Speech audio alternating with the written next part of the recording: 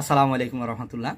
প্রিয় ভিউয়ার্স, প্রিয় ইমানদার ভাই ও বোনেরা, যারা আমাদের এই চ্যানেলে নিয়মিত আছেন আমাদের দর্শক হয়ে, যারা নতুন এসেছেন অবশ্যই চ্যানেলটি সাবস্ক্রাইব করে রাখবেন। MRS টিভি 12 চ্যানেলে আজকে ইতিমধ্যে আমরা 50টি ভিডিও আপনাদের সাথে শেয়ার করেছি।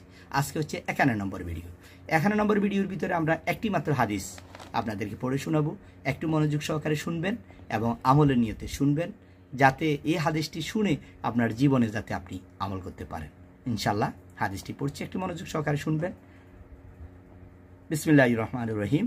হযরত জারি রাদিয়াল্লাহু তাআলা আনহু থেকে বর্ণিত আছে যে নবী করিম সাল্লাল্লাহু আলাইহি সাল্লাম ইরশাদ করিয়াছেন, যে ব্যক্তি এমন অবস্থায় মৃত্যুবরণ করিবে, নবী করিম সাল্লাল্লাহু আলাইহি সাল্লাম ইরশাদ করিয়াছেন, যে ব্যক্তি এমন অবস্থায় মৃত্যুবরণ করিবে যে আল্লাহ তাআলার সহিত কাহাকেও শরীক সাব্যস্ত করে না, আল্লাহ তাআলার সাথে কাউকে শরীক সাব্যস্ত করে না, এবং অন্যায়ভাবে কাউকে হত্যা করিয়া হাত রঞ্জিত করে নাই, অন্যায়ভাবে কাহাকেও হত্যা করিয়া হাত রঞ্জিত করেন নাই, তাহাকে জান্নাতের যে কোনো দরজা দিয়া চাহিবে প্রবেশ করাইয়া দেওয়া হইবে। এই হাদিসটি এসেছে তাবরানি মাজওয়াজ জাওয়ায়েদ গ্রন্থে, হাদিস গ্রন্থে হাদিসটি বর্ণনা করা হয়েছে। রাসূলুল্লাহ সাল্লাল্লাহু আলাইহি সাল্লাম বলেছেন, যে ব্যক্তি এমন অবস্থায় মৃত্যুবরণ করিবে যে আল্লাহ তাআলার সাথে কাউকে শরীক করে নাই, আল্লাহ তাআলার সাথে কারো সমকক্ষ করে নাই, শরীক সাব্যস্ত করে না, এবং অন্যায়ভাবে কাউকে হত্যা করে নাই, হত্যা করিয়া হাত রঞ্জিত করে নাই, তাহাকে জান্নাতের যে কোনো দরজা দিয়ে চাইবে সে প্রবেশ করিতে পারিবে।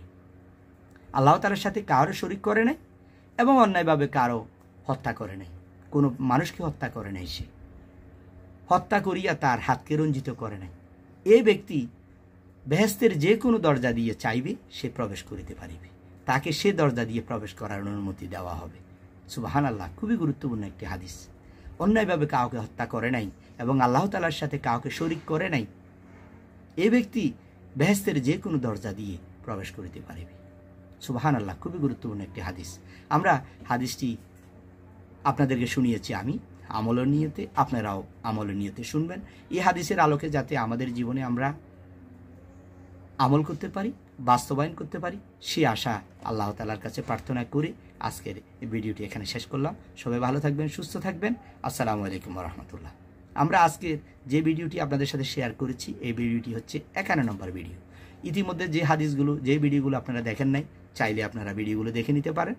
আর নতুন নতুন ভিডিওগুলো, নতুন নতুন হাদিসগুলো শোনার জন্য এই চ্যানেলটি সাবস্ক্রাইব করে রাখবেন, পাশে থাকা বেল আইকনে ক্লিক করে রাখবেন, তাহলে নতুন নতুন ভিডিওগুলো আপনার কাছে সহজে মেসেজ চলে যাবে। ধন্যবাদ সবাইকে, ভালো থাকবেন, সুস্থ থাকবেন। আসসালামু আলাইকুম রহমতুল্লাহ।